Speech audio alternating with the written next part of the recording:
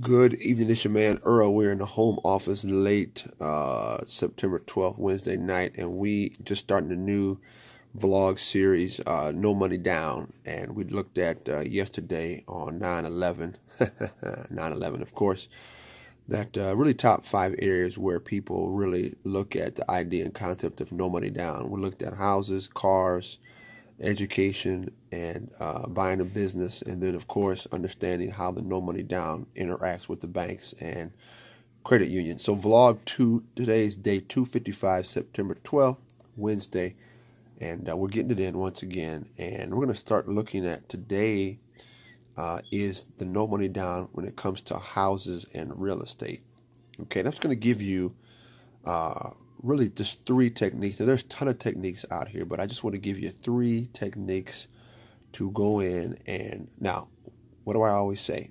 Study, okay? Become a student of something that you want to learn about. Become a student. Don't just hear what somebody has to say. Become a student. Oh, that's whatever. If you're playing the piano, if you're playing the drums, you start producing music, you want to be a rapper, you want to be a spoken word artist, you want to be a minister, become a student. Don't just go off of what other people say. So I'm going to give you 3 techniques when it comes to no money down in real estate and houses, okay? And that covers apartments, duplexes, triplexes, all different kinds of things. Here's 3 techniques. One technique is the sweat equity. Now, here is what we're talking about when we talk about sweat equity. I'm not going to go off and do a whole tangent about this because we could spend an hour explaining sweat equity. But what sweat equity is it's your hard labor, aka elbow grease, that adds value or adds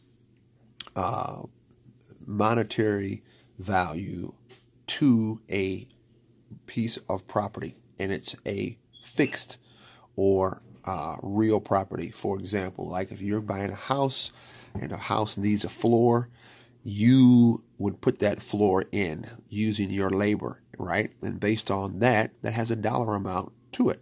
Now, guess what? The floor is attached to the house. It's real property.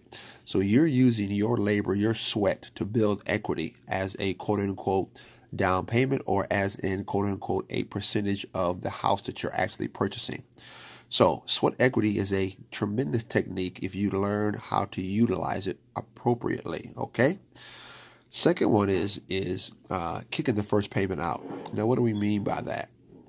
Here's what we're talking about. Most of the time when you buy real estate, you may have 30 days before your first payment is due. You may have 60 days before your first payment is due. So that allows you to literally actually acquire a piece of property and have your first payment 30 to 60 days out. But that doesn't mean you don't pay it. Most of the time, until you earn your credibility with various purchasers or investors, you want to take that first 30 days or that first 60 days and you want to roll that into your first 6 months payment, right? So I don't want to get into the math, but you understand what I'm talking about. If you don't, hit me back and I'll break that down even further, okay?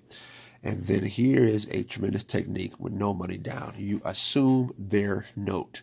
Now, this is very risky because mortgage companies, banks, and lenders normally have a clause in their agreements that do not allow people to sublease or sub-rent or assign a mortgage to another individual. So you have to be very shrewd when you assume notes and you assume mortgages, because most lenders do not want to have someone else responsible for the payment. They want to have the individual who was originally qualified for the loan. So once again, day 255, today's about no money down. I just gave you 3 techniques that you can utilize to acquire real estate, acquire apartments, duplexes, triplexes, and if you put these into play, you will be able to start acquiring and building your real estate portfolio. Now, that doesn't mean everybody was willing to accept them, but you're not worried about that. What you're looking for is somebody who was willing to sell you their property, and that's okay? That's the goal.